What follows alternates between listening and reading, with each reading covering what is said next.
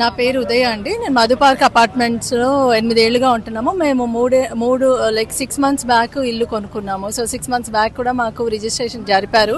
అప్పుడు కూడా మాకు చెప్పలేదు. ఇలా ప్రాపర్ లీగల్ డాక్యుమెంట్స్ అన్ని చెక్ చేసి మాకు రిజిస్ట్రేషన్ చేశారు. తర్వాత రీసెంట్గా గాంధీ సరోవర్ ప్రాజెక్ట్ కింద ఎక్వైర్ చేసుకుంటామని నోటిఫికేషన్ ఇచ్చారు. దాన్ని మేమందరం ప్రొటెస్ట్ చేసిన తర్వాత మాది మళ్ళీ బఫర్ జోన్లో ఉందని ఇవన్నీ ఓరల్గా వస్తున్న కామెంట్స్, జీరో వాల్యూ అని, ఇంకో రకంగా ఏమీ రాదని, వాల్యూ లేదని భయపెడుతున్నారు.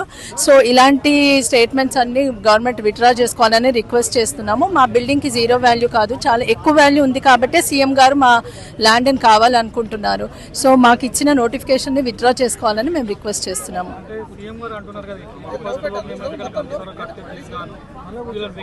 అంటే మాకే కాకుండా మొత్తం తెలంగాణకే అవసరం లేని ప్రాజెక్టు చేయాలని ఎందుకు అనుకుంటున్నారు మాకు అర్థం కావట్లేదు. ఎవరికి కూడా ఈ ప్రాజెక్ట్ అవసరం లేదు.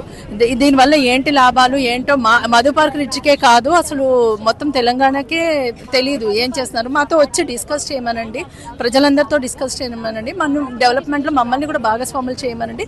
ఇప్పుడు అది మంచి పర్పస్ అయితే మేమే ఇస్తాము ల్యాండ్. మాకు ఏ ఇన్ఫర్మేషన్ లేదు. ఏదైనా మేము మీడియా నుంచి కానీ ఇంకో స్టేట్మెంట్స్ నుంచి కానీ తెలుసుకుంటున్నాం, కానీ మా దగ్గరికి ఎవరు వచ్చి మాతో మాట్లాడలేదు. ఇప్పటి వరకు గవర్నమెంట్ నుంచి ఎవరు వచ్చి మాట్లాడలేదు మాతో.